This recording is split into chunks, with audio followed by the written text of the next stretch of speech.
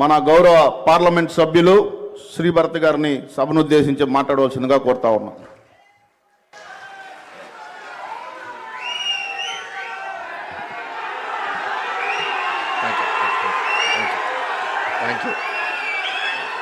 Thank you అండి.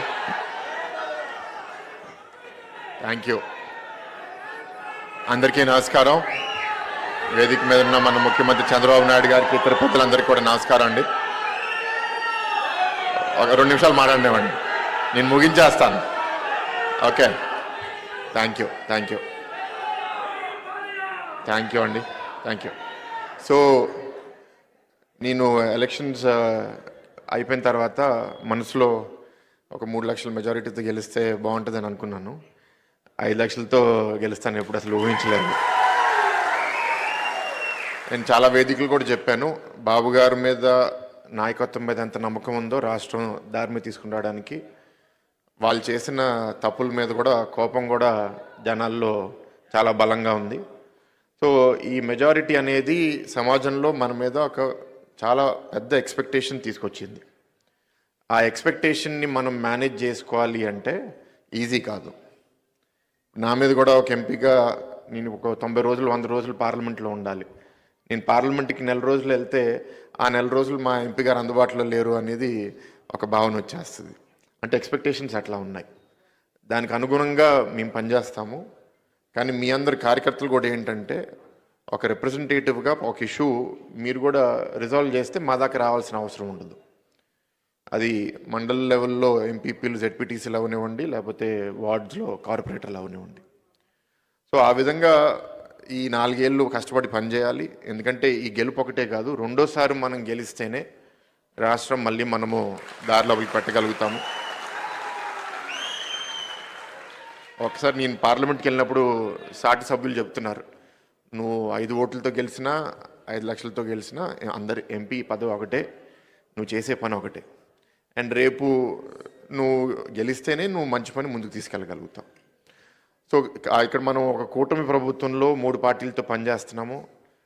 కొన్ని ఏరియాస్లో ఎక్స్పెక్టేషన్స్ కొన్నిసార్లు మీట్ అవ్వకపోవచ్చు. అవన్నీ ఏంటంటే మనం మనలో మధ్య మాట్లాడుకుని సెటిల్ చేసుకుని ముందుకెళ్ళాలి.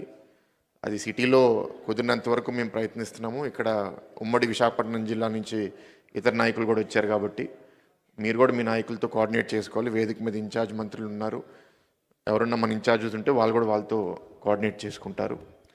ఇందాక గంటా గారు మాట్లాడుతూ చెప్పారు, ప్రధానంగా ఇప్పుడు ఏంటంటే యోగాంధ్ర జూన్ 21 ఇప్పుడు ఇక్కడ జరగబోతుంది. ప్రోగ్రామ్ ఒక దానికి ప్రామినెన్స్ రావడము, పెద్ద ప్రోగ్రాం జరగడమే కాదు. నేను అనుకోవడం, బాబు గారు ఆలోచించింది ఏంటి అంటే, ఒకటి ఇవాళ సమాజంలో ఆరోగ్య సమస్యలు చాలా పెరిగిపోయినాయి. నేను 35 years old, ఒక 50 ఏళ్ళ వయసుకి రావాల్సిన ప్రాబ్లమ్స్ నాకు వచ్చేస్తున్నాయి. కారణం ఏంటి అంటే ఎక్కువసేపు కూర్చోవడము, లైఫ్ స్టైల్ సరిగ్గా ఉండకపోవడము. దానికి సొల్యూషన్ ఏంటి అని ఆలోచిస్తే యోగా అనేది ఒక గొప్ప పరిష్కారం.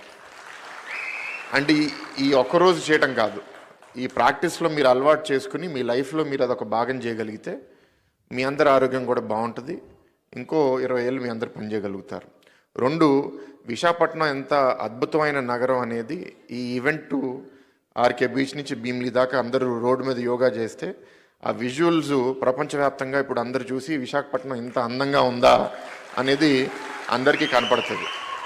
సో బాబు గారు ఏం ఆలోచించినా దాంట్లో చాలా అర్థాలు ఉంటాయి. సో దానికి మేము అందరం ఎదురు చూస్తున్నాము.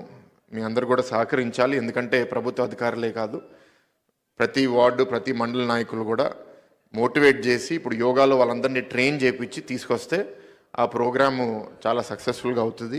ప్రభుత్వ అధికారులు కూడా చెప్తున్నారు, మా వంతు కృషి ఒకటే సరిపోదు, పొలిటికల్ లీడర్స్ కూడా మాతో కలిస్తేనే ఇది బాగా సక్సెస్ అవుతుంది అని ఇవాళ మధ్యాహ్నం రివ్యూలో కూడా అదే చర్చించడం జరిగింది. అది కూడా ఒక ఉద్దేశం, ఇవాళ మీ అందరికీ కలవడం. ఇంకా చాలా పాయింట్స్ బాబు గారికి ఉంటాయి అండ్ మీ అందరితో మాట్లాడడానికి నాకు ఇంకా చాలా సందర్భాలు దొరుకుతాయి. కాబట్టి ఈ కొద్ది మాటలతో నేను ఇవాళ ముగించి సెలవు తీసుకుంటాను. Thank you.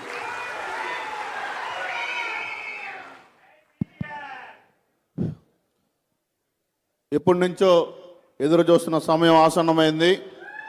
ఇప్పుడు కార్యకర్తలను ఉద్దేశించి మన స్వర్ణాంధ్ర రథసారథి జాతీయ పార్టీ అధ్యక్షులు మాన్యశ్రీ ఆంధ్రప్రదేశ్ రాష్ట్ర ముఖ్యమంత్రి వర్యులు నారా చంద్రబాబు నాయుడు గారిని సభను ఉద్దేశించి ప్రసంగించవలసిందిగా కోరుతా ఉన్నాం.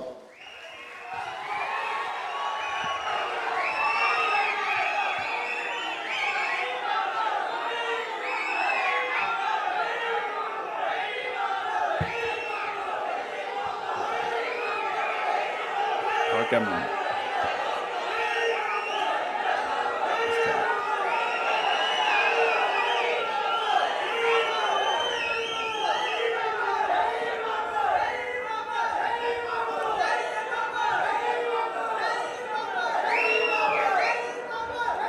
ఓకే అమ్మా, థ్యాంక్ యూ.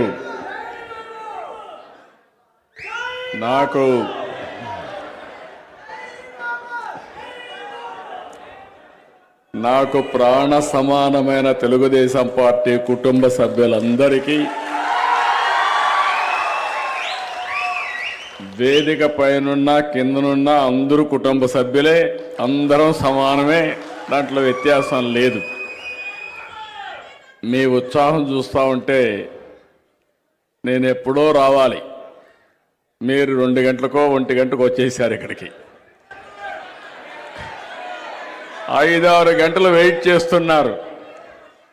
12 గంటలకు వచ్చారు, 2 గంటలకు వచ్చారు, ఎనర్జీ మాత్రం తగ్గలా. ఆ ఎనర్జీ చూస్తూ ఉంటే నాకు అనిపిస్తుంది,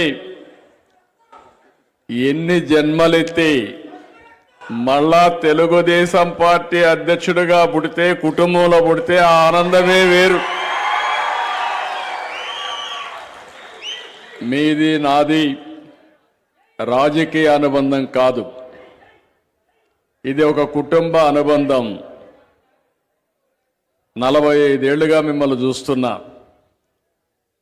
మీతో కలిసి నేను పెరిగాను, నాతో కలిసి ఎక్కడికక్కడ మీరు కూడా ప్రజాసేవలో పునీతమయ్యారు.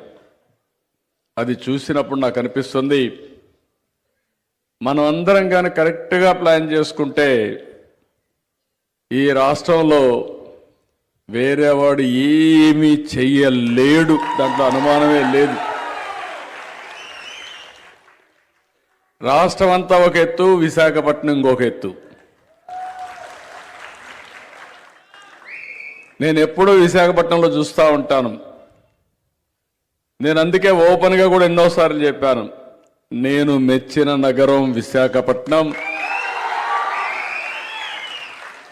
మంచి వాళ్ళు ఉండే నగరం విశాఖపట్నం. మంచి వాళ్ళు అందరూ ఉన్నారు కానీ మంచిలో ఎక్కువ మంది మంచి వాళ్ళు ఉండే నగరం విశాఖపట్నం. ఒక్క ఉద్దు అంత మునుపు కూడా ఎప్పుడూ తెలుగుదేశం పార్టీకి కంచు కోట. ఉద్దులో జరిగిన సంఘటన చూస్తే ఆ తర్వాత ఏ ఎన్నికలు పెట్టినా తెలుగుదేశం పార్టీ జెండా తప్ప, సైకిల్ తప్ప వేరేది కనపడదు మీకు. అలాంటి బ్రహ్మాండమైన ప్రాంతం. ఈరోజు నేను ఒకటే మిమ్మల్ని కోరుతున్నా, ఓసారి అనిపిస్తుంది మన కార్యకర్తలు ఎంత పవర్ఫుల్ అంటే, మీరు రోడ్డు మీదకి వస్తే ఎవ్వడు నిలబడలేడు. అప్పుడప్పుడు నేను అధికారంలోకి వచ్చిన తర్వాత ఏదో రాష్ట్రాన్ని బాగు చేసేయాలని రాత్రింబగళ్ళు ఒక అబ్సెషన్తో పనిచేయడం మొదలుపెట్టినప్పుడు మీలో అలకొస్తుంది. అలకు వచ్చినప్పుడు కాడి పడేస్తారు. మీరు ఎక్కడికి పోరు, ఏ జెండా పట్టుకోరు, ఎవరికి ఓటేయరు, కానీ అలగతారు. అలకే ప్రమాదం. అందుకనే ఇప్పుడు నేను ఒకటి అనుకున్నాను, ఇంకా భవిష్యత్తులో మీరు అలిగే పరిస్థితి రాదు, మనం ఓడిపోయే పరిస్థితి కూడా రాదు.